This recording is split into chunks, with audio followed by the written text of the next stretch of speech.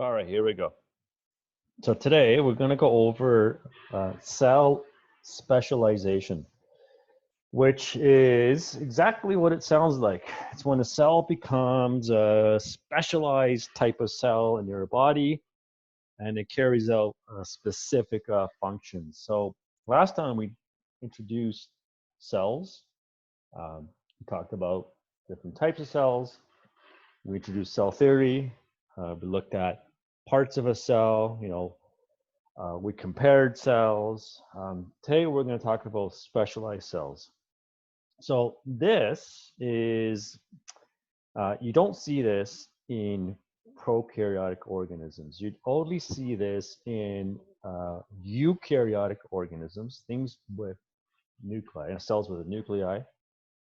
And not all eukaryotic organisms would have this feature, but a lot of the bigger ones would, like trees and humans would have specialized cells. And that's what we're going to talk about today, what they are, and look at some examples of that. So let me actually start with the first slide. So top is an image of a specialized cell, a brain cell.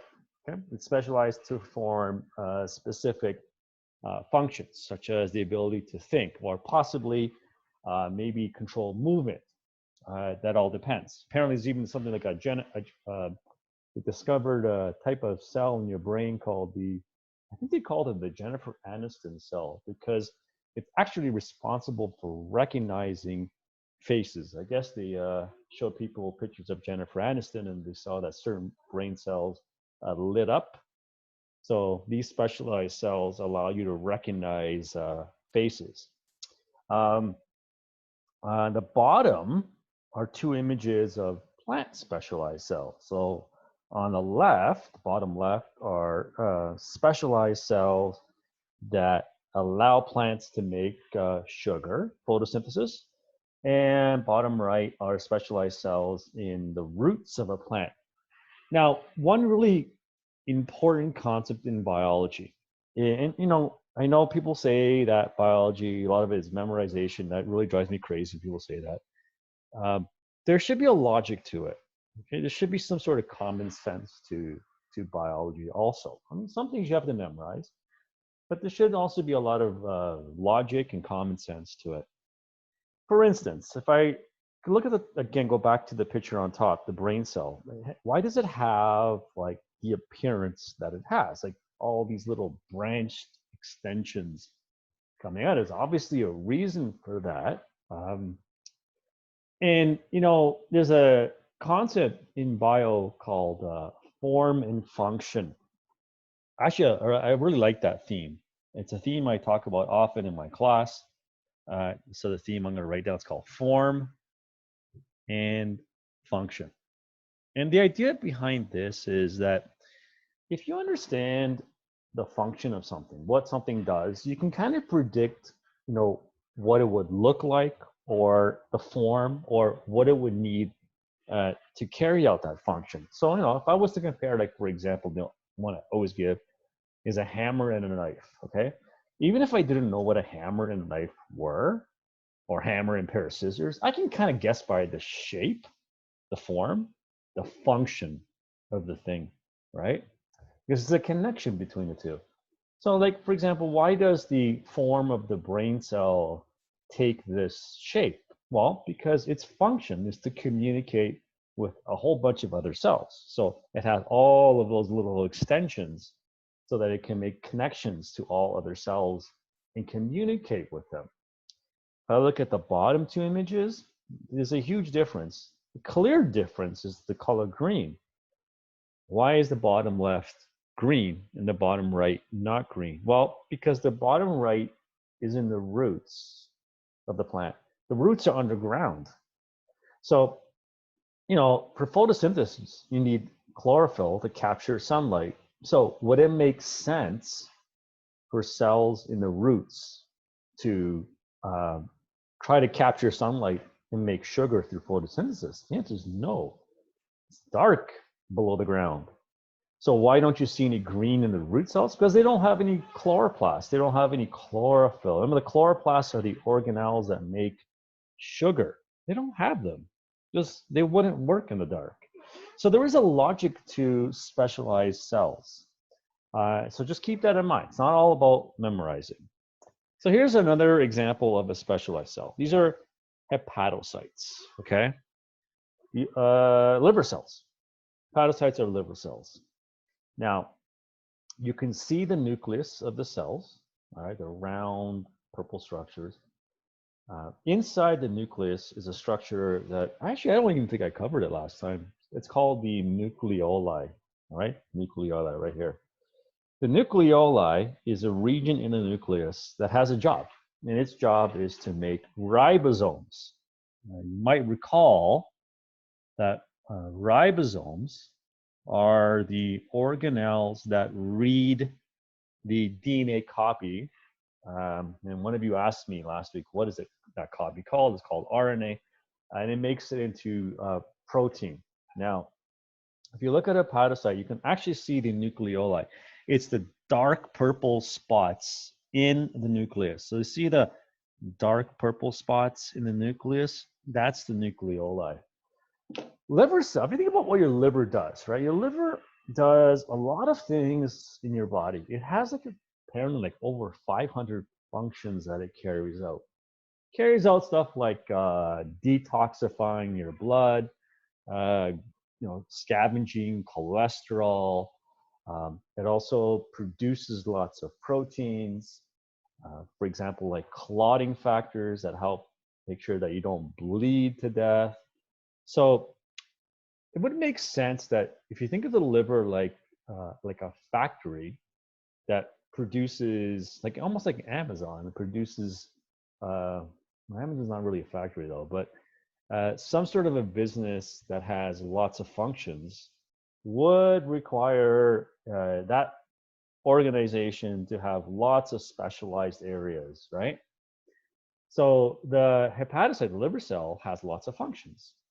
So one of the things it does is it cleans your blood. So if you remember from last time, that's the role of the smooth ER. So you would expect that liver cells would have lots of smooth ER, and they do. The liver cells also make lots of proteins that get sent into the bloodstream. So those are proteins that leave the cell. So you would expect to have lots of rough ER. If you remember, the rough ER makes protein that leaves the protein. That leaves the cell, and lots of Golgi complexes, because the Golgi is actually what does the shipping of the proteins outside the cell. So if you think of the liver then as a cell, or liver cells, that things that clean up, get rid of toxins, but also produce lots of proteins, then it makes sense that they have lots of smooth ER, they have lots of rough ER, they have lots of Golgi, and because they're making lots of proteins, they need lots of ribosomes, so therefore they have very large nucleoli. These things make sense. It goes back to the idea of form and function. But probably the easiest one to understand, and my favorite one, if we look at the blood cells.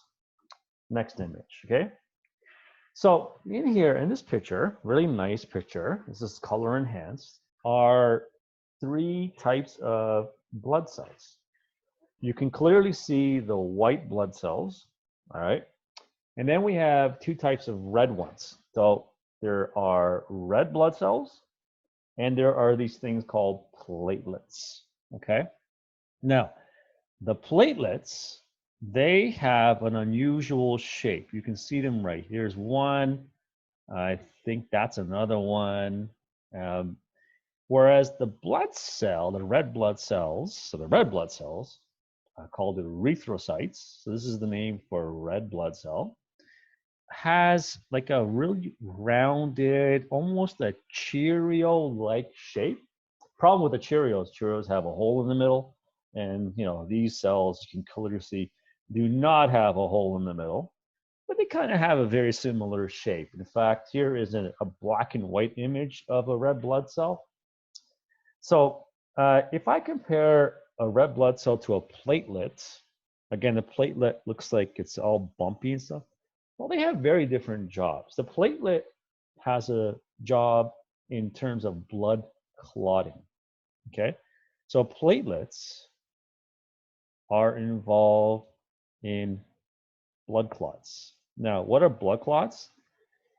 Blood clots form when a vessel is damaged. So imagine that there was some sort of damage to this blood vessel, okay? Like right here. Imagine, like, I don't know, maybe you had an injury and the blood vessel was damaged. So imagine that we have a spot right over here where it's broken, and what happens, the blood vessel breaks, you start bleeding, so cells would start leaking through this opening. Now platelets, what they would do is they would actually come to this area and they would start to like fill in the hole. Now the way they work is because they have such an unusual shape, they get stuck together, and they would actually seal or try to seal that opening. Now, if I look at a red blood cell, red blood cells don't stick together because they're nice and round. You can see they're round because their job is not to get stuck together. Their job is to roll through your blood vessels as easily as possible. The reason why is because their job is to deliver a really important molecule. Does anyone know what molecule the red blood cell is trying to deliver throughout your body? Anyone want to guess? It's a very important molecule. Yep. Who's got it? Yeah, very good, Florence. Oxygen. Excellent. Yeah, it's trying to deliver oxygen. Now, second trivia question is, do you remember, actually, I might not have mentioned it, so it's possible I didn't mention this, but do you remember the organelle that actually uses oxygen? I might not have said the term uses oxygen, but what it does is it makes energy for the cell by using oxygen. So, got another mitochondria. Very good. Excellent. Thanks, Hillary. So, your cells, if you remember, have mitochondria. And what they do is they make energy. I think I said they're like the battery in a cell phone. Now, the way they work is they convert food into energy. How they do that is they use oxygen. Now, that process you'll learn in detail in grade 12 biology. So we're not going to go over that today. It's pretty complicated. But they need oxygen. So the red blood cells provide the oxygen to your cells because the mitochondria needs them. So going back to the concept of form and function, why do the red blood cells have this shape? Well, there's a few reasons. One is we need them to move through your body easily. You don't want them to get stuck. Because if they get stuck, that's bad. That means the oxygen that they're trying to deliver isn't getting around your body, right? It would be like, a delivery truck that is stuck on the road because of a traffic jam. That's not good. The truck won't be able to deliver its contents. So when we look at the red blood cell or the erythrocyte, we see some things that it has. One is it's got this, it's called a biconcave shape. That means it's rounded and it's indented in the middle. That shape makes it move nice and easy. The other thing, and this is interesting, is it has no mitochondria. Now, why would it have no mitochondria? Whenever we did the cell parts, right? And eukaryotic cells have, they have nuclei, have ribosomes, Golgi, mitochondria came up. But red blood cells don't have mitochondria. Why wouldn't they have mitochondria? And this goes back to the concept of form and function. Let's think about their job. Their job is to carry oxygen. Now, what do the mitochondria use up? Oxygen. So if red blood cells had mitochondria, then the oxygen that they are carrying would get used up. And then that wouldn't make any sense.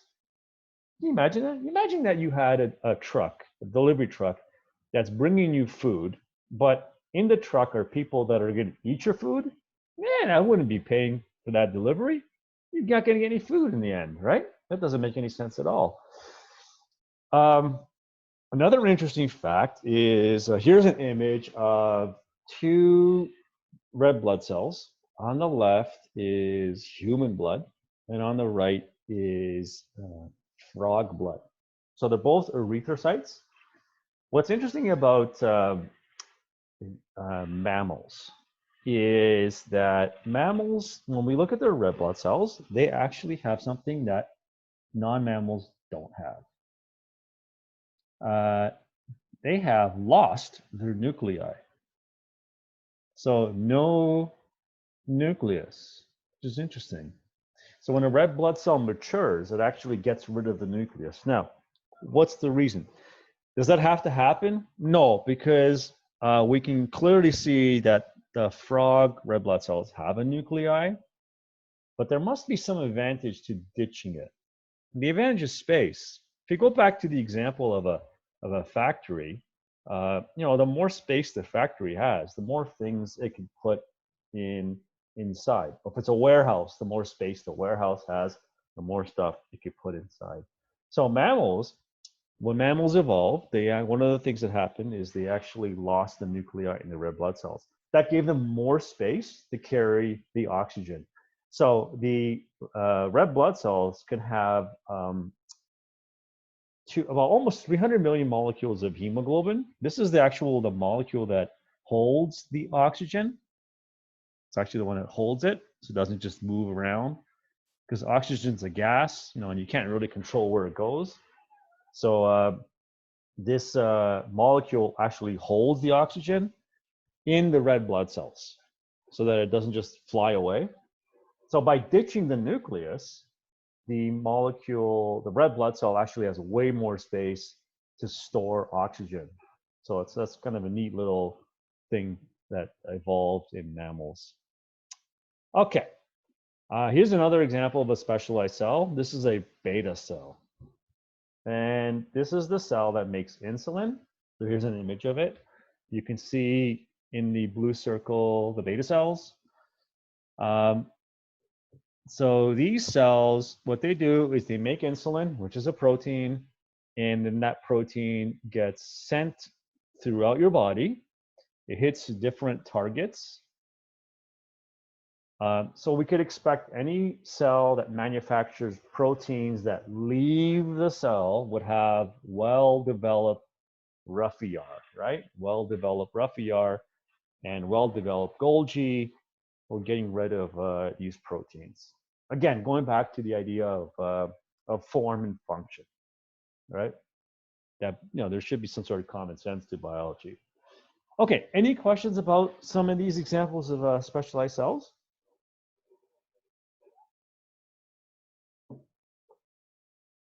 Okay, so then here's an interesting question. How do we even get specialized cells? So I'm going to show you a slide. Do not freak out when I show you this slide. You do not need to memorize it, okay? Let's just keep, So I'm going to show you this slide. It's going to scare you. You don't need to memorize it. I just want to show it to you. So hold your breath. Here we go. Okay. This slide, I'm actually going to maybe zoom in and go from current slide so we can make this bigger. Okay. Think of this as a family tree, okay, of basically the cells in your body and kind of like where they came from. So for example, we could see the thyroid, all right, and we can trace where the thyroid gland developed from. You can see it came from something called the pharynx, which came from something called the endoderm, which came from something called the mesendoderm, which came from something called a pluripotent cell, which came, okay, again, you don't have to memorize this, but here's the important part. All of these things, whether there are things that come, that trace from your nervous system, or your kidneys, parts of your ear, skeleton, they all trace back to this thing, which is a zygote. Now, do any of you know what that is? What a zygote is? So again, think of this like a family tree where we can trace all the members back to some sort of an ancestor, okay? And it all traces back to something called a zygote. Now, do you know what zygote is? This is the cell that forms when you have an egg cell and a sperm cell. When they come together, they produce something called a zygote. So in other words, that's the first cell when you get a baby. All right? It's the first cell. That zygote has DNA from the mother and the father, right? Now, here's what happens to the zygote. It copies itself. It makes copies of itself, right? But what's interesting is, if you think about the term copy, right? And when I say something is copied, you expect it to be exactly the same. So all of these cells that you're seeing here, really, if you think about them, they're all some sort of a copy of the zygote. But yet they're not the zygote, they're different. So here's the question then. If we make a copy of something, how does it become different? Because by its nature, a copy should be exactly the same. In other words, these are specialized cells or parts that you're seeing on this screen. How do they become specialized if they all have the same instructions? Because the zygote's DNA has been copied and copied over and over again through cell division. So what's going on here? So what happens is you start with cells that basically early on can become anything. They're called totipotent stem cells. And then eventually what happens is they start to specialize into other types of cells. Here are just examples of different types of stem cells that come up on that previous slide. But the question still remains, how do they become specialized? What's going on? So think of it like this. Imagine that your zygote is the orange cell up top, okay? Right here. Now, you'll notice that it's orange, but as we go down, you'll notice that we get color changes, right? So we can see that changes are happening as the embryo is developing. So what is happening? So, we said that all cells have the same genetic information because they all trace back to this thing that's called the zygote, which is making copies of itself. So how do these cells become different? Well, it turns out it's not the information that they have, it's the way the information is used. Now, before I move on, you're going to notice I put a little star here. It says all cells contain the same information. That's technically not 100% true. It's almost 100% true, but there are exceptions, okay? For example, you just saw that a mature red blood cell doesn't even have a nucleus, therefore it has no DNA. But this is actually meant in reference to certain cells in your immune system actually change their DNA. But there are, for the most part, all of your cells have the same DNA that the zygote has. So what happened? How do they become different? Well, it's not the information, it's how the information is used. So for instance, let's imagine this is the family tree that produces the beta cell that makes the insulin, okay? You can see that it's descendant. So it's like going back to that original scary slide. This just shows you where that cell comes from. So you can see it came from this cell, which came from this cell, which came from this cell, which came from a really early on ICM cell, which an ICM is basically an inner cell mass that is totipotent. So in other words, it can become pretty much anything. That's what that term means, totipotent. Okay, become almost anything.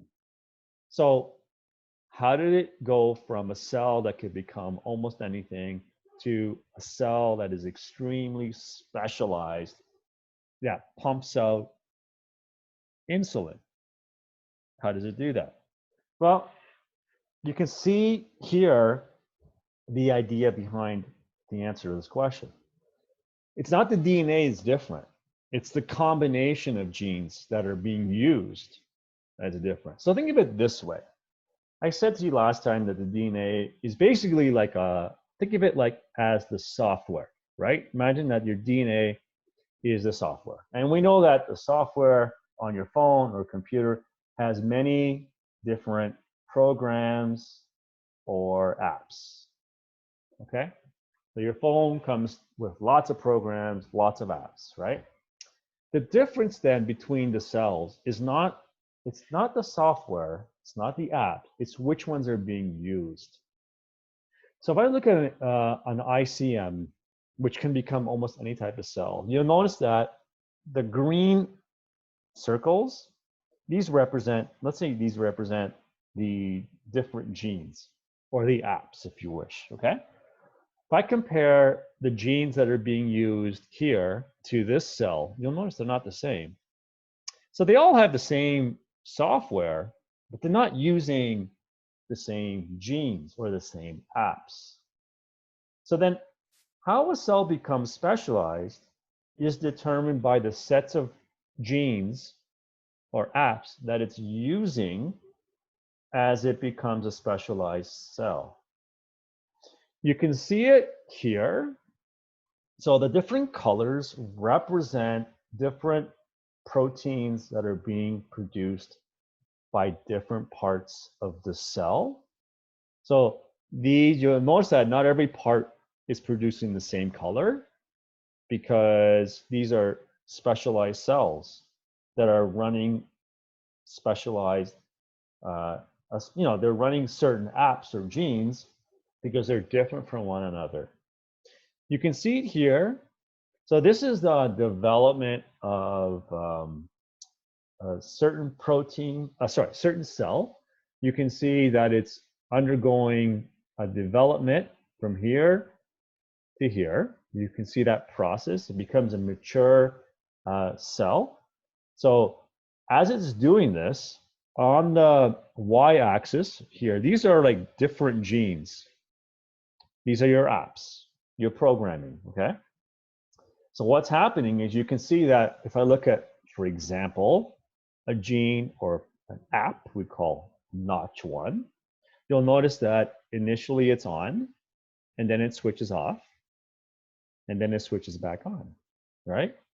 You'll notice that another gene, a different app, you'll notice that initially as this cell is developing, okay, you notice that initially it's on and then it switches off. It's gone.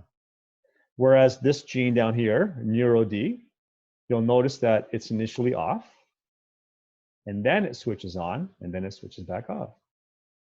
So what makes a specialized cell is not the software, it's basically how that software is being used. It's when the genes are being turned on and off. That's what makes a cell different. Now, this is really, really, first off, I think it's interesting that what makes a cell different is not the program, it's how the programs are being used. That's kind of cool. But I also think that if we understand this, then think about like I don't know about all, but a lot of the issues that medicine can solve, right? Like aging sucks. You kids are young. You might not understand what it means to be, 70 or 80. You might have some experience with older people, but unless you actually, are in someone's shoes, you don't really know. But, aging sucks. I'll be honest with you. It's not great. Things start to fall apart. Issues crop up. What happens if you need a new organ, like a new, maybe your heart is starting to fail, or your liver needs to be replaced. Maybe your joints need to be replaced. What does this have to do with what we're talking about? Well, if we go back to this slide, right? I mean, this, I said, is the slide that shows you the family tree of how we go from a zygote to different parts of your body, different specialized cells, right? So if we understand the programming that leads to, for example, the lungs or cells that make up the lungs, if we understand that programming, if we understand like the set of genes that have to be switched on and off to take a cell and convert it into a lung cell, then we can solve issues because we can then start growing body parts in the lab, right? If you know the sets of genes that have to be switched on and off to make a certain body part, certain specialized cell, then it stands to reason that you could actually do this in the lab. And this was done a few years ago. I can't remember exactly when it was done, but scientists said, can we go, because if you understand this logic, let's say a specialized cell would be like going from A to B to C to D, right? If we understand the steps to make D, then not only can we make D from A, but maybe we can also go backwards. We can go from D to C to B back to A. Now, why would you want to do that? Well, so one problem with if let's imagine you're older and you need a transplant, how do you get a transplant? What do you need? Let's say imagine I need a new liver, right? How do I get a new liver? Can anyone just give me a liver? What do I need? I need someone who's what? Does anyone know? Can anyone just donate a liver to me? Not that I know, I think, I don't know if you would want to anyways, but not that I need one, just, saying, how would I get a liver? It would have to be someone who's what? Oh, let's see. Let's see what someone's in here in the chat. Yeah, same blood type. They have to be compatible. Very good, Adhesia and Florence, right?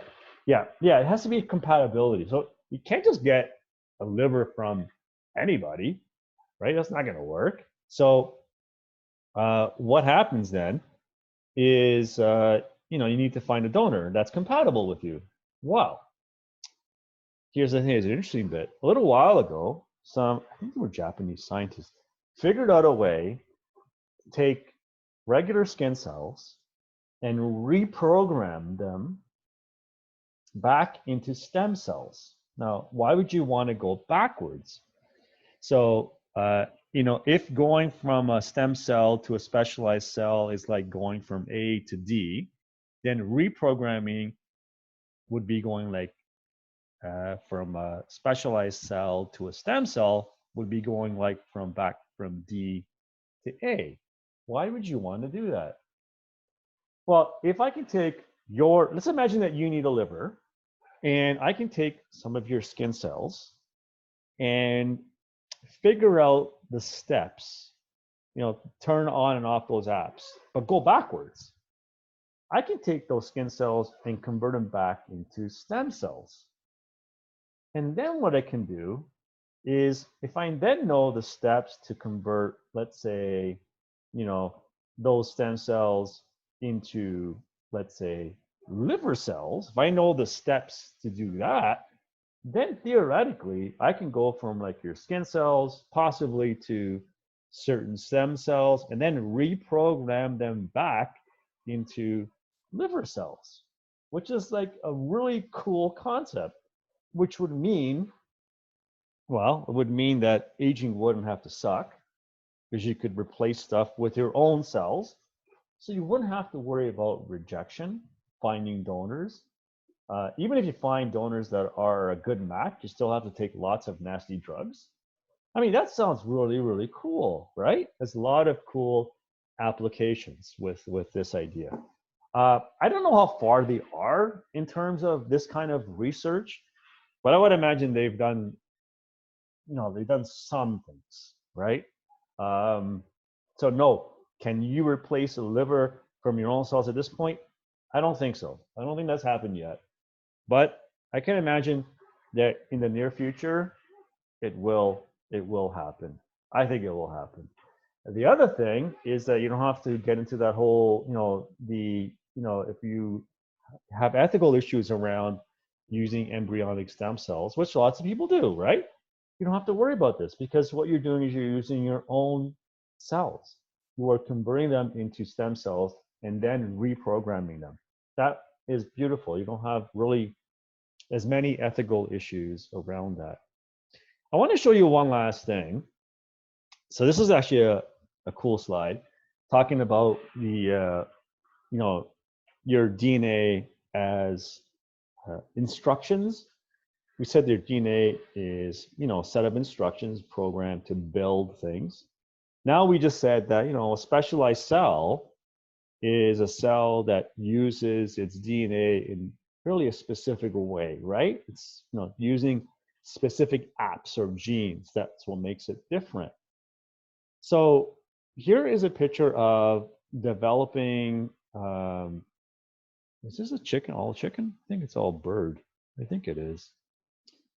I want to point out slide W, not slide W, image W.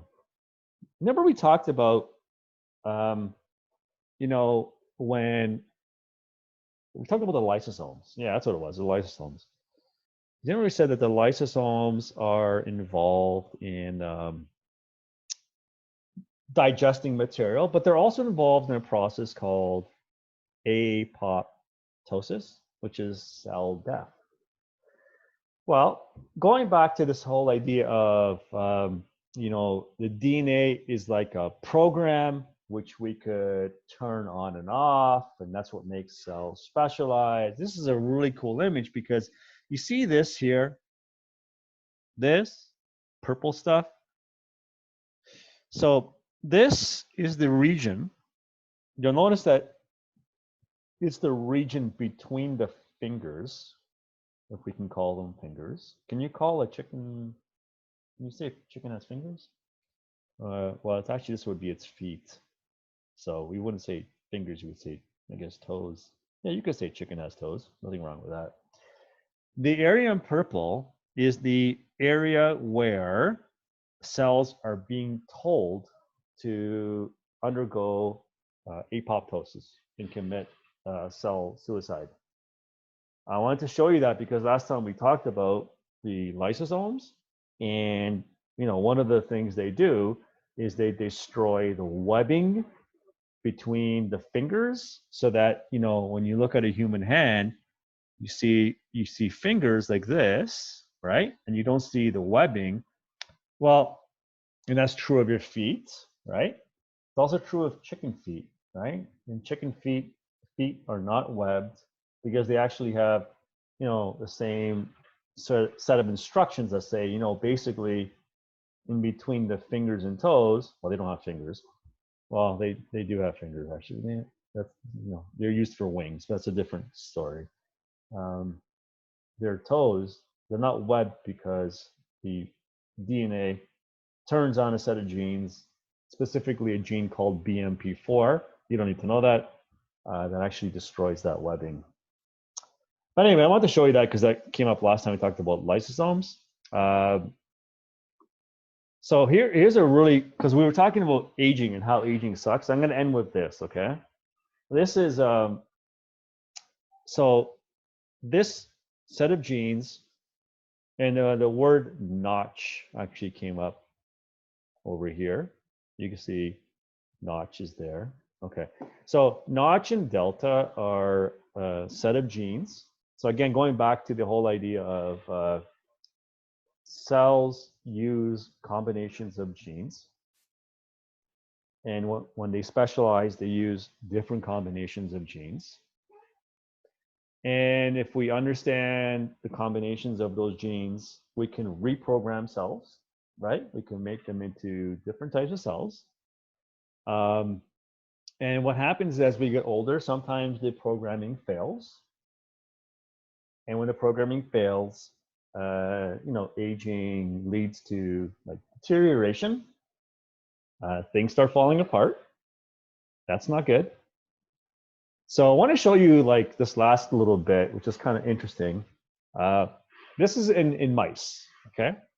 So you have young mice and old mice, and you'll notice that there's a difference between the images. So where you see green is new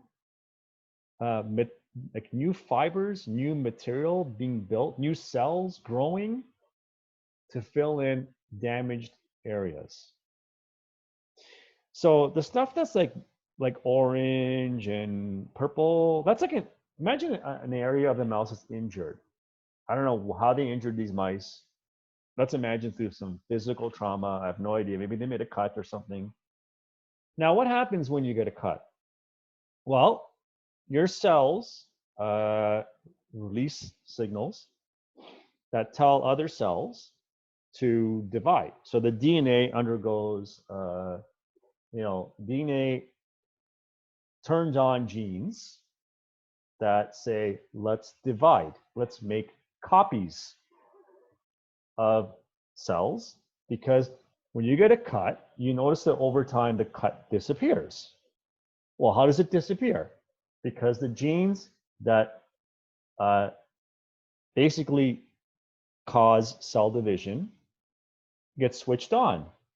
So when they get switched on, cells divide and you fill in the injured site. And then eventually you don't see the injury anymore, it disappears. Now, if I compare that to the old mice, you'll notice that, okay, you have an injury, but there's like no green. What happened? Nothing. There's no regrow. So what happened to that programming? Why didn't it switch on the genes? Something must have been lost. I said, aging sucks. It's not good. So here's an interesting slide. I'll look at this one. So this is young mouse. This is an old mouse, okay? This is what it happens when it's normal. You'll notice this is what it's supposed to look like, okay? It's supposed to look like that. Now, if you can turn off a certain, remember I said to you that genes, think of them like apps, right? Like an app on your phone. Now, imagine I turned off an app on your phone. Let's say imagine I have a phone and I have an app. And I don't know what this app does. I have no idea what it does. Now, I know if it's a phone, I can just turn on the app and play around with it, right? But you can't really do that in biology. So you can actually do the opposite. If you want to know in biology what an app or gene does, you turn it off.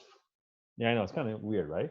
It would be like turning off an app on your phone, and that tells you exactly what it does.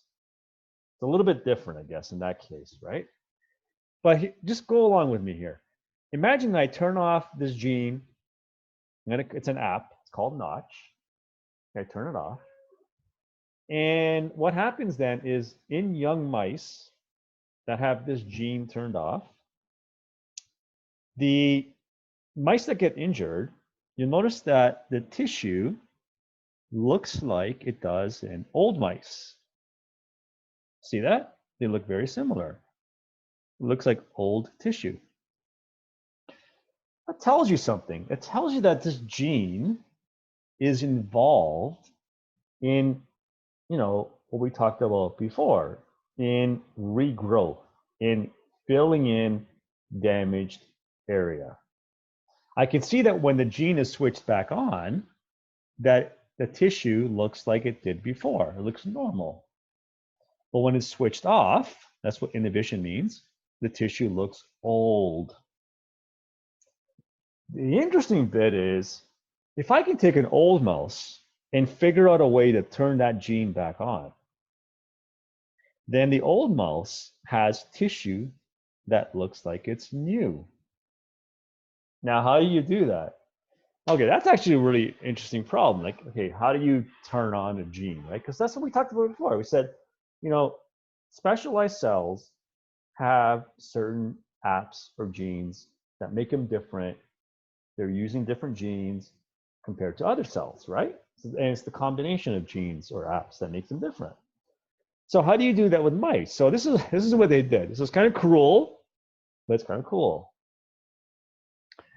So they figured out that if you can take a mouse and okay, so you have to do a little bit of surgery between the mice, all right?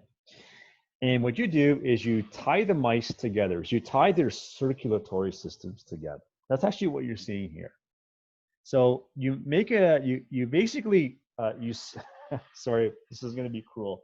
You sew two mice together, and then you make an incision so that their blood vessels, there's a connection between the two. Okay. Now, what happens in this case? Okay. Well, let's imagine that you have on the left, you have a mouse that's young. Okay. On the right, you have a mouse that's young. And then you cut the mouse. All right. You do like you give it some sort of an injury. All right. Now, what happens is if you look at the injured site, there's a lot of regrowth. You see all this red? In the previous example was green, but here's red. Okay. That indicates a lot of regrowth. Okay. If I look at the next example, what happens if I have an old mouse attached to a young mouse? Now I injured the young mouse. Okay. Now, again, I see lots of regrowth. Now, what does that mean? Well, that means in this case, there's no difference because we injured the young mouse. And the young mouse, as we said before, it's able to regenerate its tissue. Whereas the old mouse, if you remember, had a problem with that. Now, this is where it gets really interesting. If I look at two old mice, okay, two old mice stuck together, I attach their circulatory systems together. Now, I injured the old mouse. What do I see? Hardly any regrowth. That means the damaged area doesn't really get repaired. Something's missing, right?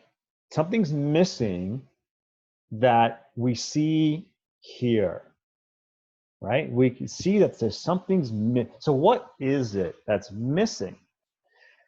So now here's the killer part, the last slide. If I take a young mouse, all right, and I attach it to an old mouse, now I injure the old mouse. What happens? Regrowth. Regrowth. That means that the young mouse is producing some sort of a chemical that the old mouse is not. So as you get older, certain genes get switched off and they don't come back on. And in this case, because the genes get switched off, the mouse can't fix itself. Isn't that interesting? Young mouse still has the ability to leave these genes on and repair itself, but aging for some reason turns it off.